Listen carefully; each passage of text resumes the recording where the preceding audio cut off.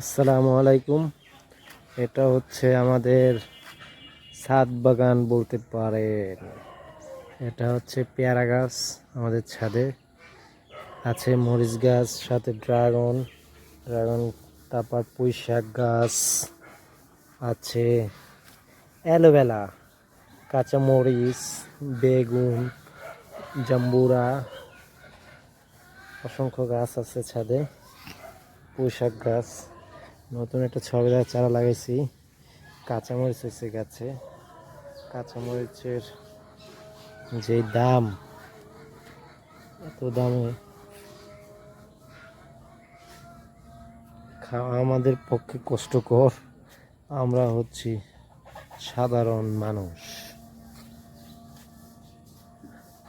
এটা হচ্ছে আমাদের বাড়ির ছাদ, গ্রাম।